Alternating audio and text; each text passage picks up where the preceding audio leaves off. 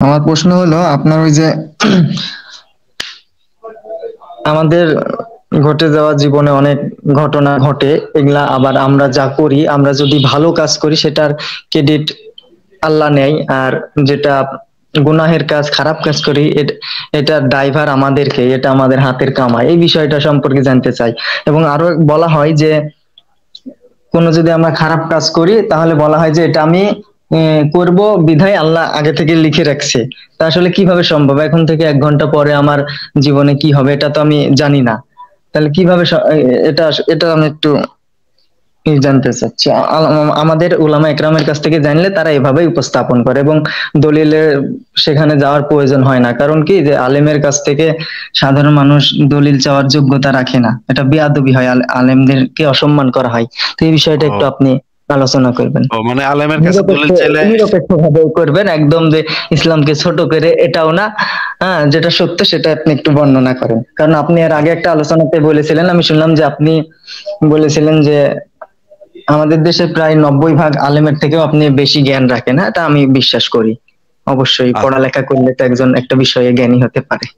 ঠিক আছে, কিন্তু আলেমের কাছে যে দলিল চাইলে সেটা যে বেয়াদবি হয় এটা তো আমার কাছে খুবই মানে মজাদার কারণ লাগলো যে যে এটার কারণ কথাটা একটা বলেন। বলি, এটার কারণ একটা বলি, কারণ আমরা তো আমাদেরকে থাকা লাগে এই পরিবেশে, এই সমাজে। হ্যাঁ, ওই ওরা আপনার ওই কোরআন সুন্নাহ নিয়েই সারা জীবন তাদের লেখাপড়া। আর আমরা তো কোরআন সুন্নাহর কিছু বুঝিনি, তারা আমাদেরকে যে দিক নির্দেশনা দেবে কোরআন সুন্নাহ থেকে, যে দলিল ফতোয়া দিবে, হ্যাঁ, ইজমা কিয়াস করে, এটা আমাদেরকে মেনে নেওয়া লাগবে। এটা হলো উম্মতের নবীর ওয়ারিস। নবীর পক্ষ থেকে যেমন সাহাবীরা মেনে নিয়েছে কোনো প্রশ্ন ছাড়া, যে মেরাজে নবী ঘুরে এসেছে, আবু বকর বলছে হ্যাঁ আমি বিশ্বাস করে নিয়েছি। অনেকে তো কাফেররা বলছে যে পাগল, এই লোক পাগলামি করছে। তো বিষয়টা হ্যাঁ, এরকমই যে ঠিক আছে, আমরা ওলামা একটু একরাম তারা। শুরু থেকে শুরু করি ভাই, শুরু থেকে শুরু করি। আমরা দেখি, আমরা একটু এই হাদিসটা আমরা একটু পড়ি। আপনি একটু আমাদেরকে হাদিসটা পুরাটা একটু পড়ে শোনান তো ভাই, এখানে কি লেখা আছে আমরা একটু আপনার মুখে থেকে শুনি যে হাদিসটা কি বলা। একটু পড়েন ভাই। আব্দুল্লাহ কানাবি রহমতুল্লাহ আলাই, মুসলিম ইবনে জুনাহি রাদিয়াল্লাহু তাআলা আনহু থেকে বর্ণিত। তিনি বলেন, একদা এক ব্যক্তি উমর ইবনে খাত্তাব রাদিয়াল্লাহু তাআলা আনহুকে এই আয়াত সম্পর্কে জিজ্ঞাসা করেন। আরবিটা তো একদম ছোট আমতা। আচ্ছা, আরবিটা পড়তে অর্থাৎ হবে না, স্মরণ করো, পড়েন, পড়েন। অর্থাৎ স্মরণ করো তোমার রব আদম সন্তানের পৃষ্ঠদেশ হতে তার বংশধরকে বের করেন এবং তাদের নিজেদের সম্বন্ধে স্বীকারোক্তি গ্রহণ করেন এবং বলেন, আমি কি তোমাদের রব নই? যারা বলে, নিশ্চয় আমরা সাক্ষী থাকলাম। রাবি বলেন, কানাবী এ আয়াতে তেলাওয়াত করলেন। উমর রাদিয়াল্লাহু আনহু বলেন, একদা আমি রাসূল সাল্লাল্লাহু আলাইহি সাল্লামকে এই আয়াত সম্পর্কে জিজ্ঞাসা করতে শুনিলাম। জবাবে তিনি রাসূল সাল্লাল্লাহু আলাইহি ওয়াসাল্লাম বলেন, মহান আল্লাহ আদম আলাইহিস সালামকে সৃষ্টি করার পর তার পিঠকে স্ত্রীর ডান হাত দিয়ে মাসেহ করেন, ফলে অনেক আদম সন্তান সৃষ্টি হয়। এরপর তিনি বলেন, আমি এদের জান্নাতের জন্য সৃষ্টি করেছি, এরা জান্নাতীদের ন্যায় আমল করবে। এরপর আল্লাহ তার হাত দিয়ে আদমের পিঠকে মাসেহ করে, ফলে তারা আরো সন্তান সৃষ্টি হয়। তিনি বলেন, আমি এদের জাহান্নামের জন্য সৃষ্টি করেছি এবং জাহান্নামীদের ন্যায় আমল করবে। তখন এক ব্যক্তি বলেন, ইয়া রাসূলুল্লাহ সাল্লাল্লাহু আলাইহি ওয়াসাল্লাম, তাহলে আমাদের প্রয়োজনীয়তা কি? রাসূল সাল্লাল্লাহু আলাইহি ওয়াসাল্লাম বলেন, আল্লাহ না তাআলা না, যখন কোনো আমলের, বান্দাকে জান্নাতের জন্য। না না ভাই, ভাই আমলের প্রয়োজনীয়তা কি? আমলের, এটা ওই ব্যক্তিটা জিজ্ঞেস করছে, তাহলে আমলের প্রয়োজনীয়তা কি? এবার পড়েন আবার। আচ্ছা, সরি সরি। রাসূল সাল্লাল্লাহু আলাইহি সাল্লাম বলেন, আল্লাহ তাআলা যখন কোনো বান্দাকে জান্নাতের জন্য সৃষ্টি করেন তখন তিনি তাকে দিয়ে জান্নাতের আমল করিয়ে নেন, ফলে সে ব্যক্তি জান্নাতীদের ন্যায় আমল করতে করতে মারা যায়। যদ্দুরুন আল্লাহ তাকে জান্নাতে প্রবেশ করান। আর যখন তিনি কোনো বান্দাকে জাহান্নামের জন্য সৃষ্টি করেন এবং তিনি তাকে দিয়ে জাহান্নামের ন্যায় আমল করান, ফলে সে জাহান্নামীর ন্যায় আমল করতে করতে মারা যায়। যদ্দুরুন আল্লাহ তাকে জাহান্নামে প্রবেশ করান। আচ্ছা, এটা তো একটা সহিহ হাদিস নাকি?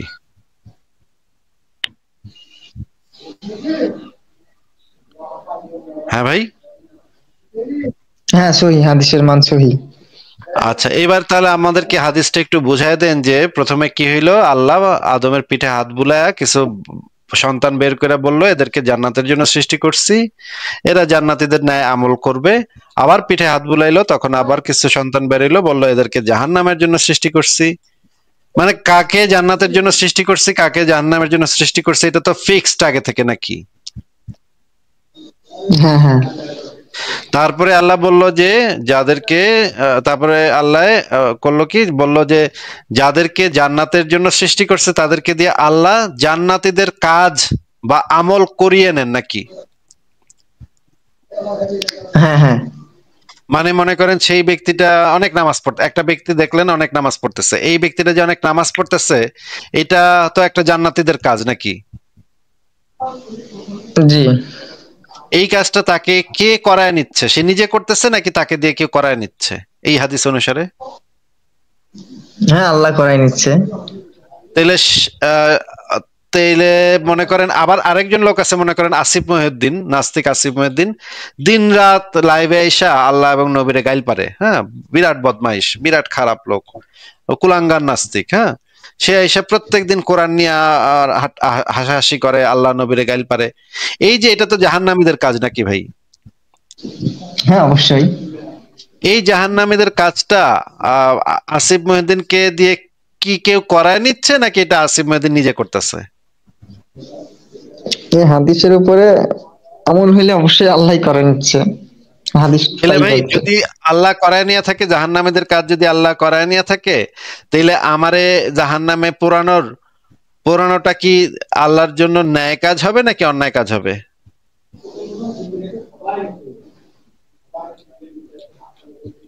মানে আল্লাহ আল্লাহর প্রতি আমারে দিয়ে কাম করায় নিল, এখন আমারে নাকি জাহান্নামে দিবে, এটা কেমন কথা ভাই, আপনি কোন তো? কিন্তু এর আগে আমি একটা কোরআনের আয়াত নাকি হাদিস, এটা সঠিক বলতে পারলাম না, তবে শুনেছি, পড়িনি। হ্যাঁ, এখানে বলা আছে যে এটা আমাদের, আমরা যে কি করবো, এটা আমাদের নাকি হাতের কামাই। সেটা যদি কোরআনে লেখাও থাকে তাহলে তো এইখানে এক কথা আবার ওইখানে আরেক কথা, দুই ধরনের কথা হইলো, তাহলে তো আল্লাহর মাথা নষ্ট, আল্লাহ পাগল যে এক জায়গায় এক কথা কয় আর এক জায়গায় আরেক কথা কয়। এইটাও তো ভাই একটা সহিহ হাদিস, এইটাকে তো কোনো মুসলমান অস্বীকার করতে পারবে না। আপনার কথাও যদি আমরা সত্য ধরে নেই তাহলে তো আল্লাহর মাথা নষ্ট, সে এক জায়গায় এক কথা কয় আর এক জায়গায় আরেক কথা কয়, পাগলা। এই হাদিসে তো পরিষ্কার ভাবে বলা যে আমি যে জাহান্নামের কাজ করতেছি, জাহান্নামে যাওয়ানোর লিগা যেই আল্লাহ নবীরে যেই গাইলটা পারতেছি, এটা তো আল্লাহ মানে দিয়ে করায় নিচ্ছে। এটা তো এখানে পরিষ্কার ভাবে কোনো ধরনের কোনো ঝাপসা কিছু নাই, এখানে একদম স্পষ্ট যে আল্লাহ আমারে দিয়ে কাম করায় নিতেছে নাকি ভাই? এই হাদিসে কি এটা স্পষ্ট না? হ্যাঁ, এই হাদিস তো তাই বলছে, এই হাদিসটা। তাহলে এই হাদিসে তাহলে তো এইখানে এই হাদিস অনুসারে তো আমি আমারে যে করতেছে, আমারে যে জাহান্নামে পোড়াইবো আল্লাহ, এটা তো সম্পূর্ণ অবিচার হইলো, বেইনসাফি হইলো। আরে বেটা, তুই তো আমারে দিয়ে করাই লইলি, আমার এখানে দোষটা কোথায়? আমি কি এখানে করলামটা কি? আমি তো জান্নাতে যেতে চাই, কিন্তু তুই আমারে দিয়ে জাহান্নামের কাম করাইলি। আমার সৃষ্টির সময় আমার সিদ্ধান্ত নিয়ে রাখছস আমারে জাহান্নামে পাঠাবি, আমারে বাইর করছিলি আদমের ওই পিঠ থেকে, যখন তখনই তুই বেটা সিদ্ধান্ত লয়ে লিছিলি জাহান্নামে পাঠাবি আমারে, এখন আমারে দিয়ে জাহান্নামীদের কাম করাইতেছস। এইগুলা কি রে ভাই, এগুলা কেমন কথা? কন্ত ভাই, এগুলা কি যুক্তিতে খাটে? ঠিক আছে, কিন্তু ভাই এখানে আরেকটা বিষয় অস্পষ্ট থেকে গেছে যে এখানে কিন্তু উল্লেখ করা নাই যে কাকে দিব এখন, সিয়ামকে দিব জাহান্নামে না আসিফকে দিব জাহান্নামে, এরকম উল্লেখ করা নাই। তো এই জায়গাটা আমরা কি উল্লেখ করার করতে পারি? উল্লেখ করার মানে তো আমাদের দরকার যে নেই ভাই, চেষ্টার উল্লেখ করার তো জায়গা। দরকার নেই। উল্লেখের তো দরকারই নেই। এখানে তো এখানে এইটা তো পরিষ্কার ভাবে বলে দেয়া আছে যে আল্লাহ সেই কাজগুলা করায় নেয়। মানে আপনি যখন দেখবেন একজন মানুষ, মনে করেন নবী মোহাম্মদ রে আপনি দেখলেন খুব ভালো মুসলমান, আপনি তখন বুঝবেন যে আল্লাহ এর দিয়া করায় নিতেছে, এ নিজে কিছু করতেছে না, আল্লাহ করায় নিতেছে নাকি ভাই? হ্যাঁ, অবশ্যই সবকিছু তো আল্লাহর ইশারাতেই হয়। আল্লাহ ইশারাতে না, আল্লাহ করায় নিতেছে। ইশারা করা এক জিনিস আর ওইটা কামটা করায় নেওয়া আরেক জিনিস ভাই। না, একটা আয়াতে তো আছে, কোরআনে আছে, আমি একটা পড়ছি, এখন সূরাটার নাম মনে আসছে না, যে আল্লাহর ইচ্ছা ছাড়া আমরা ইচ্ছাও করতে পারি না। হ্যাঁ, সেটাও বলা আছে। এখন মনে করেন আমার তো ইসলাম গ্রহ, এবং আরো একটা আয়াতে আছে যে আল্লাহ কিছু কিছু মানুষের অন্তরে মোহর মেরে দেন, তাদেরকে হেদায়েতের পথ দেন না কখনো। ওই যে নবী যখন এই যে আবু জাহেলের কাছে গেছিল, আবু জাহেলের দাওয়াত দিছিল, আবু জাহেল না করছে, তখন আল্লাহ তখন বলছিল যে আল্লাহ কারো কারো অন্তরে মোহর মেরা দেন, তারা কখনোই দিনের পথে আসবে না। এখন ভাই আল্লাহ যদি আমার অন্তরে মোহর মেরা দেয়, তাইলে ভাই এখানে আমার কি করার আছে? আর আল্লাহ যদি আমার মনে এই ইচ্ছাটা মানে তৈরি না করে যে ইসলামের যে সত্যতা, এটা যে আমি দিন ইসলামের পথে যে আসমু, এইটা যদি আমার মনে ইচ্ছাটা তৈরি করে না দেয়, তাহলে তো আমার নিজের থেকে ইচ্ছা করাও সম্ভব না।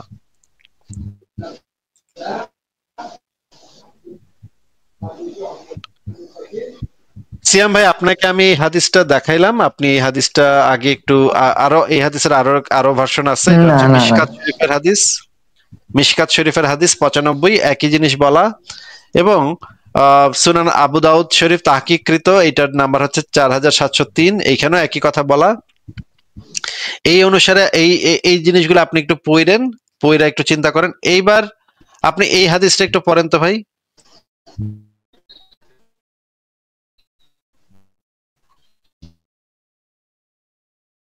সিয়াম ভাই, কথা শোনা যাচ্ছে না আপনার। হ্যালো আসিফ ভাই, আপনি কি কথা শুনতে পাচ্ছেন? হ্যাঁ ফারাজ ভাই, কথা শুনতে পাচ্ছি। কি অবস্থা ভাই, কেমন আছেন? এই তো ভাই, ভালো আছি, আশা করি আপনিও ভালো আছেন। আচ্ছা আসিফ ভাই, আপনি একটা কথা বললেন, আমি মুমিনদের একটা আলোচনা শুনছিলাম এটা নিয়ে। তো আই ওয়াজ ওয়ান্ডারিং যে আপনি বলতেছেন যে আমি যে ইচ্ছা করতে পারবো, ওই ইচ্ছাটাও তো আমার মধ্যে আসবে না। আম, আচ্ছা আসিফ ভাই, আপনি কি ইচ্ছা করবেন না করবেন, এটা কি আপনার তাকদীরের অংশ না? হ্যাঁ, এটা তাকদীরের অংশ।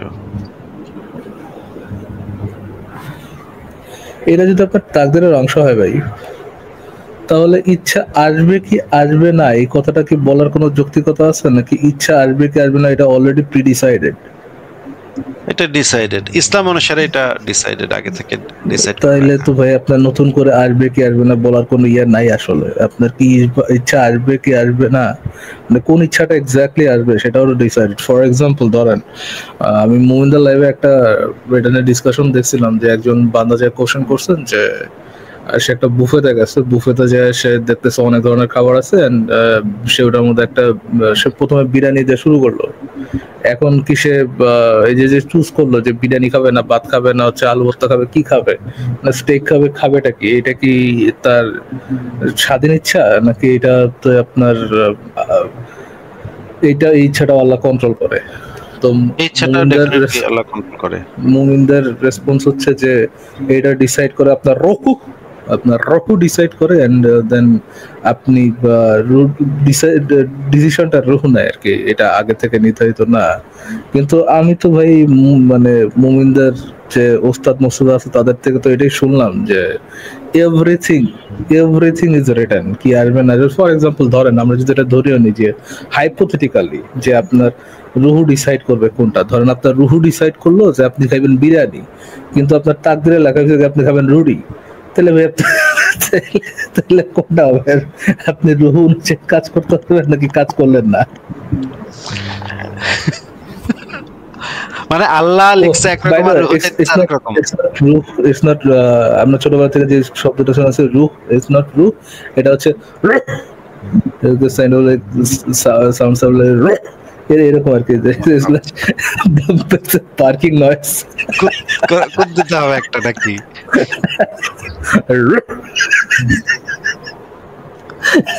তো আপনার যদি ডিসাইড করে যে আপনি বিরিয়ানি খাবেন, আর আপনার কপালে যদি লেখা থাকে যে আপনি আলু ভর্তার ডাল খাবেন, তাইলে আপনি খাবেনটা কি আসিফ ভাই? ইসে যায়, বাফেটে যায়। কিন্তু আমরা যদি এই বিষয়ে যে ইয়াগুলা আছে, আকিদা গ্রন্থগুলো আছে, সেই আকিদা গ্রন্থগুলোতে কিন্তু কোনো রাগ ঢাক করে নাই ফারাজ ভাই। আকিদা গ্রন্থগুলোতে কিন্তু একদম পরিষ্কার ভাবে বলে দিছে যে আল্লাহ হইতেছে সমস্ত সার্বভৌমত্বের মালিক হইতেছে আল্লাহ। এখন যদি কেউ বলে যে কে জান্নাতে যাবে কে জাহান্নামে যাবে, এইটা সে ডিসাইড করবে, তার নির্ধারণ এটা, আমি জান্নাতে যাবো নাকি জাহান্নামে যাবো এটা আমি ডিসাইড করি, এটা যদি কেউ বলে এটা আল্লাহর সার্বভৌমত্বের সাথে সাংঘর্ষিক হয়ে যায়। এটা ইসলামের একদম মৌলিক যে মানে মৌলিক যে ভিত্তি, সেই ভিত্তিটাই নষ্ট করে দেয়। এই জন্য এটা তো কেউ বলতে পারবে না, এটা অন্তত আলেমরা বলতে পারবে না। এরকম চুনাহাগা কিছু মানে অনলাইনে চুনাহাগা টাইপের কিছু লোকজন বলতে পারে, কিন্তু আলেমরা অন্তত এই কথা কখনো বলবে না যে আল্লাহ সার্বভৌমত্বের ব্যাপারে কোনো ছাড় তো ইসলাম দিবে না ভাই। হ্যাঁ, আমি তো ভাই আলেমদের কথা, হ্যালো আমার কথা কি আচ্ছা হ্যাঁ, আলেমদের কথা সর্ট অফ এরকম ছিল আসিফ ভাই যে আলেমরা নবীগণের উত্তরাধিকারী এবং তারা ইলম, সরি যেটা হচ্ছিল ভাই মিনারের যে ওস্তাদ আছে ওনার থেকে তো আলোচনা শুনলাম যে আপনি যদি এই তাকদীর নিয়ে বেশি কোশ্চেন করেন তাহলে আল্লাহর রহবিয়ত নিয়ে আপনি কোশ্চেন তুলে ফেলাইছেন। তো আল্লাহর রহবিয়ত নিয়ে কোশ্চেন করা যাবে না, আল্লাহ যা ডিসাইড করে আল্লাহ আগে থেকে সব নির্ধারণ করে রাখছে, you just don't think about it, এটা হচ্ছে তার সলিউশন। এটা নিয়ে আপনি চিন্তা করেন না, আপনি তার কাজ করে যান, ডোন্ট ইউজ ইউর ব্রেইন, আপনার প্রেশিয়াস ব্রেইনটাকে এত খরচ করার দরকার নেই, এটা রেখে দেন, ভবিষ্যতে একসময় ইউজ হবে।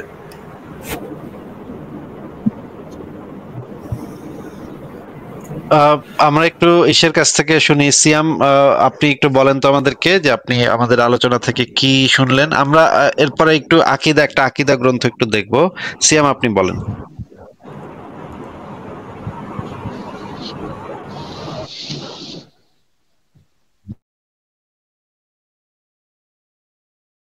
আচ্ছা, সিয়াম তো আর কোনো কথা বলছে না, তাহলে সিয়ামকে আমরা বিদায় জানাই। ফারাজ ভাই, আমি তাহলে একটা আকিদা গ্রন্থের কিছুটা অংশ একটু দেখাই এখানে, যে এখানে কি বলা হচ্ছে। যে এটা হচ্ছে একটা আকিদা গ্রন্থ, সৌদি আরব থেকে প্রকাশিত, এবং এটার নাম হচ্ছে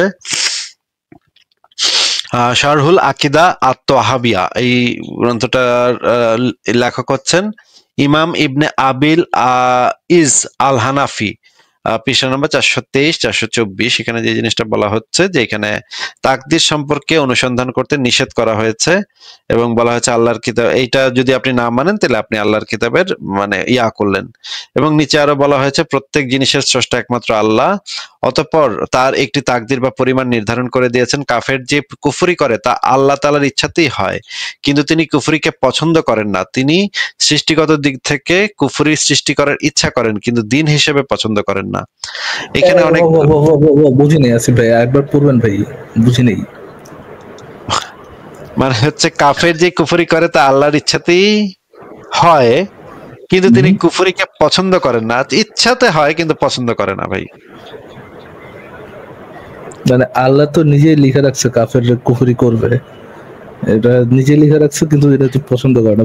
মনে করেন আপনি করলেন, আপনি আপনার গলায় একটা শক কলার পরলেন, শক কলার পরে আপনি দিয়ে দিলেন, টাইমার দিয়ে দিলেন যে আধা ঘন্টা পর পর আপনার শক দিবে। এটা আপনার ভাল লাগে না, ইচ্ছা করে না, আপনি আগে থেকে দিয়ে রাখছেন, যখন শকটাই দিচ্ছে তখন আপনি শক কলারের উপরেই রাগটা ঝাড়তেছেন। এরকমই কিছু কি আছে ভাই? সাইকোপ্যাথের সাইকোলজি আমি কেমনে কমো ভাই, আমারে কেন জিগান ভাই এসব সাইকোপ্যাথের কথাবার্তা। আচ্ছা, আমরা একটু নিচে আরো পড়ি। দেখেন এখানে যে জিনিসটা বলা হচ্ছে যে তারা ধারণা করে যে কাফের আল্লাহ তাআলা কাফেরদের থেকে ঈমান সংগঠিত হওয়ার ইচ্ছা করেন, কিন্তু কাফের কুফরির ইচ্ছা করে। তারা এমন ধারণা থেকে বাঁচার জন্য বলছে আল্লাহ তাআলা কুফরি সৃষ্টি করার ইচ্ছা করেছেন, কুফরি থেকে বাঁচার জন্য শাস্তি দেন। যদি বলা হয় আল্লাহ তাআলা বান্দার কর্মের স্রষ্টা, আর বান্দার কর্মের মধ্যে যেহেতু ভালো মন্দ উভয়ই আছে, তাহলে আল্লাহ তাআলার দিকে মন্দের সম্বন্ধ হয়ে যায়। এই সমস্যা থেকে পরিত্রাণ পাওয়ার জন্য তারা বলছে বান্দার কর্ম বান্দার নিজের সৃষ্টি। এই যে এদেরকে সমালোচনা করতেছে, যারা বলতেছে বান্দার কর্ম বান্দার নিজের সৃষ্টি, এই গ্রন্থে এদেরকে সমালোচনা করতেছে। দেখেন এখানে বলা হচ্ছে এখন যে সমস্যাটি হলো তাদের পূর্বেরটির চেয়ে আরো বেশি ভয়াবহ। এতে করে আল্লাহর ইচ্ছার উপর কাফেরের ইচ্ছা জয়লাভ করা আবশ্যক হয়। অর্থাৎ আল্লাহ তাআলা ইচ্ছা করেছেন যে কাফের ঈমান আনয়ন করুক। এক্ষেত্রে কাফের যদি ঈমান না আনে তাহলে স্বাভাবিকভাবেই বোঝা যায় আল্লাহ তাআলার ইচ্ছার উপর কাফের ইচ্ছা জয়লাভ করেছে। নাউজুবিল্লাহ। মানে মনে করেন একজন আল্লাহ যদি এটা চাইতো যে কাফের ঈমান আনয়ন করুক, তাহলে কাফের যদি সে নিজ স্বাধীন ইচ্ছা ব্যবহার করে ঈমান আনয়ন না করে, তাহলে এই আল্লাহ তাআলার যে ইচ্ছার উপরে কাফেরের ইচ্ছা জয়লাভ হয়ে যায়। নাউজুবিল্লাহ, কেননা তাদের মতে আল্লাহ তাআলা কাফের থেকে ঈমান সংগঠিত হওয়ার ইচ্ছা করেছেন, আর কাফের কুফরি করার ইচ্ছা করেছে। সে এক্ষেত্রে আল্লাহ তাআলার ইচ্ছা বাস্তবায়ন না হয়ে কাফেরের ইচ্ছাই বাস্তবায়ন হচ্ছে, সেই সাথে এরূপ বিশ্বাস থেকে একাধিক স্রষ্টা সাব্যস্ত হয়ে যায়। এ আকীদায় হচ্ছে সর্বাধিক নিকৃষ্ট আকীদা। দেখেন এখানে পরিষ্কারভাবে বলা হচ্ছে এই ধরনের চিন্তা ভাবনা যারা করবে তারা হচ্ছে সর্বনিকৃষ্ট, কারণ এইটাতে কাফেরের স্বাধীন ইচ্ছা জয়লাভ করে এবং মানে আল্লাহর যে ইচ্ছা সেই ইচ্ছাটা পরাজিত হয়। এইটা তো ভাই মানে আল্লাহর যে সার্বভৌমত্ব, সেই সার্বভৌমত্বের উপর সরাসরি আঘাত, সরাসরি তাহলে তো স্ট্রেট আপ বলে এই জায়গায় যে কাফেররা কাফের বিকজ আল্লাহ চাচ্ছে না যে তারা মুমিন হোক। একদম স্ট্রেট বলা এটা। হ্যাঁ, কোনো মানে তাদের ভিতরে কিন্তু লুকোছাপা গুলো নাই। এই অনলাইন মুমিনদের ভিতরে এইগুলা নিয়ে তানাবাজি আছে বা লুকোছাপা আছে, কিন্তু আলেমরা কিন্তু এটা নিয়ে কোনো লুকোছাপার তো ভাই যুক্তি মুক্তি দেওয়ার দরকার নেই, বাট বেচারা তো ফেসে গেছে, যে দিনের পথের দায়ী যারা, তারা তো বেচারা ফেসে গেছে, তাদের তো করার চেষ্টা করতে হয়। আলেমদের তো নাস্তিকদের জবাব দিতে হয় না, তাই না? তর্ক বিতর্ক করতে হয় না। এটাকে এদিক দিয়ে বেঁচে গেছে। ফারাজ ভাই আপনি তো আসছেন, তাহলে আপনি একটু কথাবার্তা বলেন, আমি একটু ঘুরে আসি তাহলে। ঠিক আছে আসিফ। হ্যাঁ ভাইয়া, ওই দিন আসিফ ভাইয়া বলল যে সাহিত্য, চিত্রকর্ম এগুলো হচ্ছে সৃষ্টি, কিন্তু সাহিত্য চিত্রকর্মের জন্য তো মানুষের ব্রেনটাকে ইউজ করতে হয়, ব্রেনটাও তো প্রকৃতির একটা উপাদান, তাহলে প্রকৃতি থেকে উপাদান নিলে ওটা সৃষ্টি হলো কিভাবে? আসিফ ভাইয়ের সাথে এখানে আমি দ্বিমত যে ওইগুলাকে আমরা সৃষ্টি বলি, বাট সৃষ্টির যে ডেফিনেশন, আপনি ক্যামেরাটা অফ করে দিতে পারেন, এই আপু আপনি ক্যামেরা অফ করে দিতে পারেন, সমস্যা হবে না। নিচে দেখেন ক্যামেরা বাটন একটা আছে, ক্যামেরা বাটনে ক্লিক করলে আপনার ক্যামেরা অফ হয়ে যাবে। হ্যাঁ, আসিফ ভাই আই থিঙ্ক ওই ইয়াটা থেকে, ওই তার পজিশন থেকে সরে আসছেন। সাহিত্য সৃষ্টি কর্মটাকে উনি আর বলেন না, উনি আর সৃষ্টি বলে না। আপনি যেটা বলছেন সেটা ঠিক, যথার্থই বলেছেন যে ওইগুলাও হচ্ছে আপনার প্রিভিয়াসলি অর্জিত জ্ঞান থেকে জ্ঞান সংগ্রহ করে কিছু নিজস্ব ধারণা, নিজস্ব জ্ঞান ওটাতে ইনক্লুড করে কোন একটা ওই আগের অর্জিত জ্ঞানের একটা আলাদা ফর্মই হচ্ছে আপনার নতুন নতুন সাহিত্য, নতুন নতুন শিল্পকলা। বাট এটা যে অ্যাবসলিউট শূন্য থেকে, প্রকৃতি থেকে কোনো কিছু না নিয়ে বানানো জিনিসটা এরকম না, এগুলা কোনো সৃষ্টি না। ও, আর আরেকটা কথা ভাইয়া বললেন যে গাছের যেহেতু ব্রেন নাই, জন্য গাছের কোনো চেতনা নাই, তাহলে গাছের যদি চেতনা না থাকে, গাছ যে সালোক সংশ্লেষণ প্রক্রিয়া খাদ্য তৈরি করে, এটা ওর ব্রেন তো নাই, ও চেতনা যদি না থাকে ও বুঝে কিভাবে যে ওকে কিভাবে খাদ্য তৈরি করতে হবে? চেতনার বিষয়টা হচ্ছে আপু, মানে একটু যাচাই করাটা আসলে একটু টাফ। মানে চেতনার আপনি কিভাবে ডিফাইন করতেছেন ওটার উপর ভিত্তি করে আপনি সামনে আগে ধরুন। আমি জানি না আসিফ ভাই চেতনা, গাছের চেতনা আছে কিনা এটা নিয়ে কিছু বলেছেন কিনা। উনি চেতনা আছে হয়তোবা উনি এটা বলতে যাচ্ছেন যে গাছের ব্রেন নেই, সুতরাং গাছ হচ্ছে আপনার পেইন ফিল করতে পারে না, পেইন ফিল করার মতো যে অ্যাবিলিটি সেটা দরকার নাই। ফর এক্সাম্পল আপনি যদি দেখেন আপনার চোখে কি আলাদা কোনো চেতনা আছে? না, ব্রেন ছাড়া তো কোনো সেন্সিটিভিটি থাকে না। কিন্তু আপনার চোখে যখন আলো পড়ে, আপনার চোখ কিন্তু ওই আলোক শক্তিটাকে কোনো না কোনো ভাবে হচ্ছে আপনার নিউরনে পাঠায়, কিভাবে আপনার ইলেকট্রিক সিগন্যালে রূপান্তরিত করে আপনার ইসে পাঠায় দেয়, আপনার হচ্ছে ওই আপনার ব্রেন আপনার নিউরনে পাঠায় দেয়, তাই না? আমরা ছোটবেলায় সায়েন্সের বইতে এটা পড়েছি যে ধরেন চোখে যখন কোনো একটা আলো আসে, আলোক শক্তিটা কোনোভাবে ওটা চোখের বিভিন্ন পার্টস দ্বারা ওটাকে কি করা হয়, ওটাকে হচ্ছে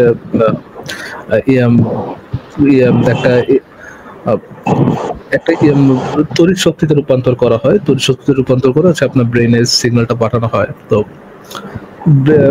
এটার জন্য যে চেতনা দরকার আছে, ইসের দরকার আছে, জিনিসটা ওরকমও না। জিনিসটা হচ্ছে আপনার কিছু কেমিক্যাল যদি থাকে, কেমিক্যাল কানেকশন যদি থাকে, তাহলে এটা করা সম্ভব। বাট আমি এইগুলো নিয়ে খুব বেশি একটা বলতে চাই না, কজ আমি এই বিষয়ে মোটেও কোনো এক্সপার্ট না। বাট আই থিঙ্ক আসিফ ভাই কখনো বলছেন যে, আই ডোন্ট থিঙ্ক আসিফ ভাই কখনো বলছে যে গাছের চেতনা নাই। আচ্ছা ঠিক আছে, এটা আসিফ ভাইকে আপনি জিজ্ঞেস করতে পারেন না, আসিফ ভাই যদি পাশে। আচ্ছা আসিফ ভাই, আপনি কি বলেছিলেন কখনো যে গাছের চেতনা নাই, এরকম কিছু কি বলেছিলেন আসিফ ভাই? গাছ কোনো সচেতন সত্তা না, মানে হচ্ছে গিয়ে কোনো ব্রেইন নাই, ব্রেইন ফাংশন নাই গাছের, নার্ভাস সিস্টেম নাই, ব্রেইন নাই, নার্ভাস সিস্টেম, ব্রেইনে গিয়ে যে ইয়াগুলো তৈরি করে সেগুলো নাই, কিন্তু গাছের এক ধরনের রেসপন্স আছে। গাছের রেসপন্স করে, গাছকে যদি আপনি কাটেন তাহলে গাছের ব্যথা লাগে না, কিন্তু গাছ সেটাতে রেসপন্স করে। গাছ হচ্ছে এক ধরনের প্রিমিটিভ লেভেলের জীব, যেটা হচ্ছে গিয়ে প্রাণীর যে বেসিক যে ফাংশন গুলা সেগুলা তার ভিতরে থাকে, কিন্তু গাছ কোনো মস্তিষ্ক যেহেতু নাই, সেহেতু গাছ ব্যথা পায় না। আমরা যেটাকে ব্যথা হিসেবে সংজ্ঞায়িত করি, সেই ব্যথাটা গাছ পায় না। তাহলে গাছ খাদ্য তৈরি করে কেন? খাদ্য তৈরি করে, এটা গাছের বেসিক ইনস্টিংক্ট থেকে খাদ্য তৈরি করে বেঁচে থাকার জন্য। সব প্রাণী জগতের সমস্ত কিছু টিকে থাকতে চায়, সেটা হচ্ছে বেসিক ইনস্টিংক্ট থাকে সেটার, সেই অনুসারে গাছ, যদি গাছটা ওইটা তৈরি করে, খাদ্য তৈরি করে, তাহলে সে টিকে থাকে। আর যেগুলা তৈরি, যদি কেউ কোনো গাছ স্নায়ুতন্ত্র যদি না থাকে, তাহলে তো ধরেন মস্তিষ্ক স্নায়ুতন্ত্র যদি না থাকে, তাহলে তো ওই জিনিসটা যে সচেতন, এই জিনিসটা বলা তো সহজ না আসলে। সচেতনতা মানে আমরা যেটা বুঝি যে আমি যে আছি, এই জিনিসটা যে আমি বুঝতে পারছি, এই জিনিসটা একটা শিম্পাঞ্জি বুঝতে পারে, যে শিম্পাঞ্জির একটা ব্রেইন আছে, সেই ব্রেইনটা দিয়ে শিম্পাঞ্জি বুঝতে পারে, কিন্তু গাছের সেই অনুভূতিটা নাই। আচ্ছা ভাই, আরেকটা কোশ্চেন হচ্ছে, হাদিসে নাকি বলা আছে যে আমরা যেভাবে কলা কামড় দিয়ে খাই সেভাবে খাওয়া যাবে না, ছিলকা ছিলে হাত দিয়ে ভেঙে ভেঙে খেতে হবে। তো আমাকে একজন কোশ্চেন করলো যে নবীজি কি কোনোদিন কলা খাইছে? নবীজির মরুভূমিতে কি কলা গাছ হইতো? আর কত আগে কি এত দূর থেকে ওখানে ট্রান্সফার করা যাইতো? এই হাদিসটা তো আমি পাই নাই কোথাও। আপনি তাহলে আমাদেরকে হাদিস নাম্বারটা বলেন, আমরা বের করি। না, হাদিসটা হচ্ছে, আমি একটা তালিমে গেছিলাম, তাবলিগের তালিমে বলছি, আমাকে নাম্বার বলে নাই, ফাজাইল আমল থেকে বলছি। ফাজাইলে আমলের ভিতরে অনেক উল্টাপাল্টা হাবিজাবি জিনিস আছে, সেগুলা ফাজাইলে আমল তাহলে মোস্ট প্রবাবলি মহিলা মানুষের কলা খাইতে দেখে কোন পুরুষ মানুষ জন্য আকৃষ্ট না হয়। একদম এটাই আমি 100% গ্যারান্টি দিতে পারি, এটাই কারণ। আচ্ছা, আর আরেকটা কথা হচ্ছে যে আমার পরিচিত এক মহিলার মানে সিস্ট ছিল, তো সিস্ট থেকে টিউমার হয়ে গেছে। এখন তার হাজবেন্ড আরেকটা বিয়ে করবে। এখন মহিলা বলতেছে যে সে ইসলামী পরিবারে থাকতে দেখে তার হাজবেন্ড তাকে ভরণ পোষণও দিচ্ছে, তাকে ডিভোর্সও দিচ্ছে না, আরেকটা বিয়েও করতে পারতেছে। ইসলামে যে 4 বিয়ে হালাল করা হয়েছে, এই কারণে হালাল করা হয়েছে। যদি অপারগ হয় স্ত্রী, তাহলে হাজবেন্ড কি করবে? তাহলে আমার কথা হচ্ছে, হাজবেন্ডে যদি টিউমার হইতো, তাহলে মহিলা আরেকটা বিয়ে করতে পারতো, এই হাজবেন্ডকেও রাখতে পারতো, আরেকটা বিয়ে করতে পারতো, তাহলে বাস্তবসম্মত তার হইলো না। আমি এটাই বলতে নিছিলাম, আমি মাত্র আনমিউট করছিলাম এটাই বলতে, কিন্তু আপনি আগেই বলে দিচ্ছেন। দেখেন মানে আপনিও খুব ভালোভাবে বিষয়টা বুঝে গেছেন। সর্বপ্রথম যে ভুলটা করছেন সেখানে হচ্ছে লজিক এন্ড রিজনিং ব্যবহার করতেছে, যে এইটা হইছে, ও আচ্ছা তাহলে রিভার্স করলো কি আবার দুটোটা, এত ব্রেন কাটানো যাবে না তো। ইউ আর ফলোইং ইসলাম, আপনি দেখবেন যে নবী কি করছে না করছে, দ্যাটস ইট। আপনি রিজনিং, তারপরে মেয়ে মানুষ। আই ওয়ান্ডার ভাই, নবীর আলমে, নবীর সময় যদি ভাই ললিপপ থাকতো, আইস ললিস থাকতো, বুঝছেন, তাইলে তো মনে করেন তো কাফের ফতোয়া দিয়ে দিত, এটি খাইলে শেষ, ইমান শেষ। ঠিক আছে, আপু আপনি কি আর কিছু বলবেন? না ভাই, আর কিছু বলবো না। ও আরেকটা কথা হচ্ছে যে আমি হুমায়ুন আহমেদের একটা বই, হিমু সিরিজের একটা বইটার নাম আমার মনে নাই। তো ওই বইটাতে লেখা যে আস্তিকরা চোখ বুজে অন্ধবিশ্বাস করে, আর নাস্তিকরা সবকিছু দেখেও অস্বীকার করে। তো বিপদে পড়ে তারাই যারা সংশয়ে থাকে, তাদের সংশয় কোনোদিন কমে না, যত দিন যায় তত বাড়তেই থাকে। তো আপনারা কি সবকিছু দেখেও অস্বীকার করতেছেন? কোনটা দেখে আমরা অস্বীকার করছি সেটা তো বুঝলাম না। আপনি আমাদেরকে যদি একটু বুঝাই দিতেন যে কোনটা দেখার পরে আমরা অস্বীকার করতেছি, কোন জিনিস। কার বই? ডায়লগটা তো হুমায়ুন আহমেদের, আমি তো জানি না উনি কি বলছে। উনি বলছে হুমায়ুন আহমেদের সবকিছু টাইপের, দেখে ঠিকই অস্বীকার আছে, করে। ঠিক আছে। হুমায়ুন আহমেদের টাইপের মানে গাঞ্জা গঞ্জা খায় কি জানি লিখতো আছে। আমি এক এক সেকেন্ডের জন্য মনে করছিলাম হুমায়ুন আজাদ লিখছে না, এই না না না, bullshit হুমায়ুন হুমায়ুন আজাদ আহমেদ। লিখছে না। আচ্ছা, না ঠিক আছে, উনি এটা ঠিক লিখতে আছে, পারে। ঠিক আছে আপু, আপনাকে তাহলে বিদায় জানাই। আচ্ছা ঠিক আছে ভাইয়া। ঠিক আছে, ভালো থাকেন। আচ্ছা, মন্দের ভালো জিনিসটা কিরকম হয়? মানে ধরেন আমি সৌদিতে কাজ করি, এখন আমি ধরেন কোন একটা অপরাধ করলাম, চুরি যেটা, হ্যাঁ, তো এখানে তো হাত কাটার নিয়ম, তো সেখানে যদি আমাকে আঙ্গুল কেটে যদি রক্ষা করা হয়, তাহলে এটা কি মন্দের ভালো হইলো? মানে এটা কিরকম জিনিসটা, এটা কিরকম ভালো অথবা মন্দ, এই জিনিসটা আপনার কাছে মানে যদি একটু বলতেন, মানে মন্দের ভালো জিনিসটাকে আপনি কিভাবে দেখেন? হ্যাঁ, আমি তো এটাকে কিভাবে দেখি, এটা তো খুবই প্রশ্ন, সাবজেক্টিভ ওপিনিয়ন থাকতে পারে মানুষের।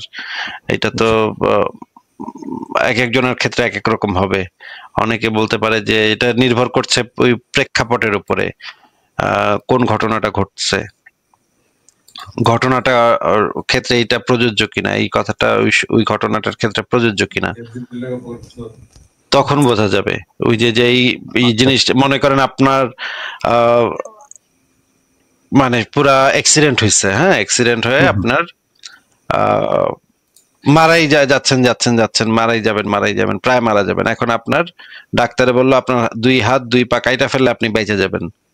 তখন আপনার 2 হাত 2 পা কাইটা ফেললো। এখন এটা হইতেছে মারা যাওয়ার থেকে ভালো, মারা যায় নাই অন্তত, কিন্তু এটা তো আসলে ভালো না। এটা যদি আপনি অবজেক্টিভলি চিন্তা করেন, তাহলে তো এই যে আপনার হাত, আপনার যেটা হইলে সবচেয়ে ভালো হইতো সেটা হইতেছে যে আপনি সুস্থ হয়ে বাড়ি ফিরতেন, সেটা সবচেয়ে ভালো হইতো। কিন্তু অ্যাক্সিডেন্ট কইরা ফেলাইছেন, সেই সময় হয়তো ওইটা মন্দের মধ্যে ভালো একটা কিছু, আপনি মানে মনে সান্ত্বনা পাওয়ার জন্য আপনি ভাবতে পারেন, তো আমি তো মরেই যেতাম, তাও তো বাচ্চা গেছে, জানটা তো বাঁচছে, হাত পা দুইটাই সবকিছু গেছে গা, তাতে কি, জানটা তো বাঁচছে, এটা ভাবে আপনি সান্ত্বনা পাইতে পারেন একটা, কিন্তু এটা তো জাস্ট সান্ত্বনা।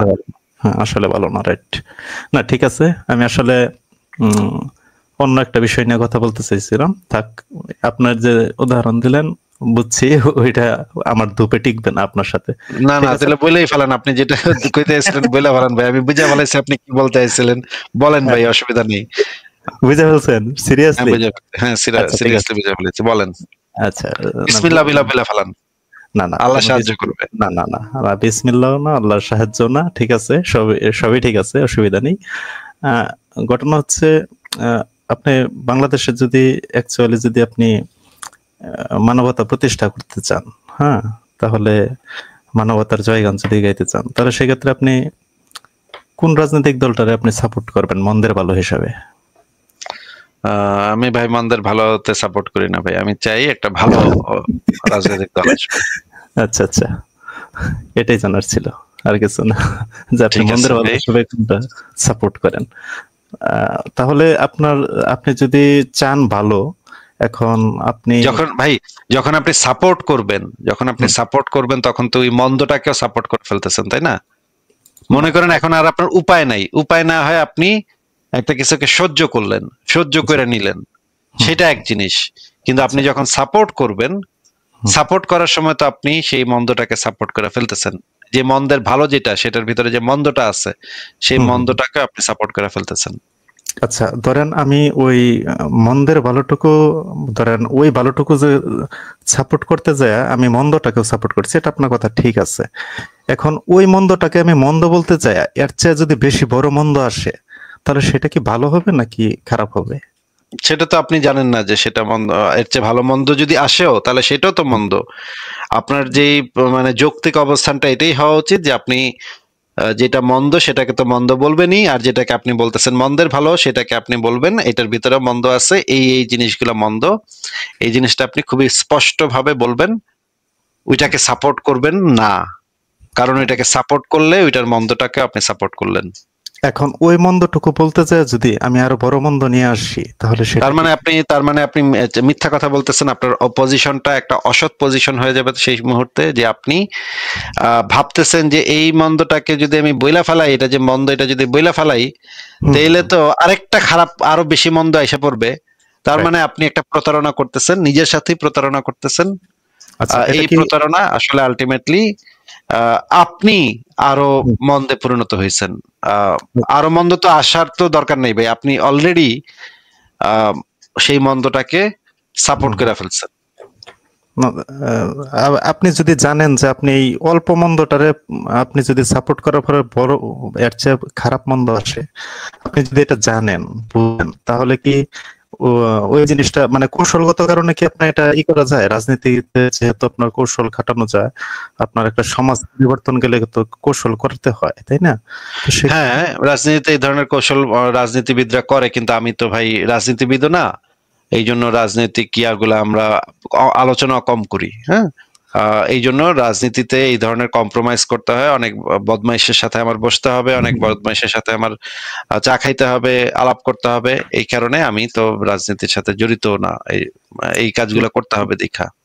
না, আমি রাজনীতির সাথে জড়িতর কথা বলতেছি না, মানে আপনার দৃষ্টিভঙ্গিটার কথা আমি বলতেছি। আমার দৃষ্টিভঙ্গি হচ্ছে আমি একদম যে বেশি মন্দ সেটাকে তো আমি বেশি মন্দ বলবোই, আর যেটা আপনি বলতেছেন মন্দের ভালো সেটাকে আমি বলবো যে এটার ভিতরে এই এই মন্দগুলো আছে, এই কারণে এটাও মন্দ। এখন আপনার এই মন্দর কথা বলাতে যদি আরো বেশি খারাপ মন্দ আসে, সেটার দায়ভার কি আপনার উপর বর্তায়? সেটার দায়ভার আমার উপরে বর্তায় না, যারা সেই মন্দটা করছে তাদের উপরে বর্তায়। আমি জাস্ট সেটা বলতেছি, কিন্তু যারা সেই মন্দ করছে এই দায়ভারটা তাদের উপরে বর্তায়। কিন্তু আপনার এই মন্দ বলাতে কিন্তু দেখা গেছে আপনার অনেক ফ্যান ফলোয়ার আছে। এই জন্য কি আমি সত্য কথাটা বলবো না, যৌক্তিক কথাটা বলবো না? আমি যৌক্তিক কথাটা বন্ধ করে দিব? আমি আপনাকে মিথ্যা কথা বলছি না, আমি বলছি যে না ভাই, এই কৌশল করাটা প্রতারণা হবে। এই কাজটা করাটা নিজের সাথে নিজের প্রতারণা হবে। আপনি যদি এখন নিজের সাথে নিজের প্রতারণা করতে চান তাহলে তবে আপনারা আমি আটকায় রাখতে পারবো না, কিন্তু আমি তো এই কাজ কখনো করব না। যেটা মন্দ সেটাকে তো মন্দ বলতে হবে। কিন্তু আপনার এই অল্প মন্দটারে আপনি যেহেতু মন্দ বলতেছেন, এই মন্দ আপনি বলাতে দেখা গেছে আরো বড় মন্দ আসলো, বড় মন্দ আসলে যদি, তাহলে তো সেটা যে আপনি যে মন্দের ভালো যেটাকে বলছেন সেই মন্দের ভালোটার ভিতরে যে মন্দটা আছে সেই মন্দটার দোষ, এটা তো আমার দোষ না। আমি তো বলতেছি যেটা আমার কাছে প্রমাণ আছে সেটা সাপেক্ষে আমার যৌক্তিক পজিশন আমি উপস্থাপন করতেছি। এইটার কারণে যদি সেই মন্দের ভালোটা বাটে পড়ে, সেটা তো ওই মন্দের ভালোটার ভিতরে যে মন্দটা আছে সেটার কারণে বাটে পড়ছে, এটা তো আমার কারণে বাটে পড়েনি।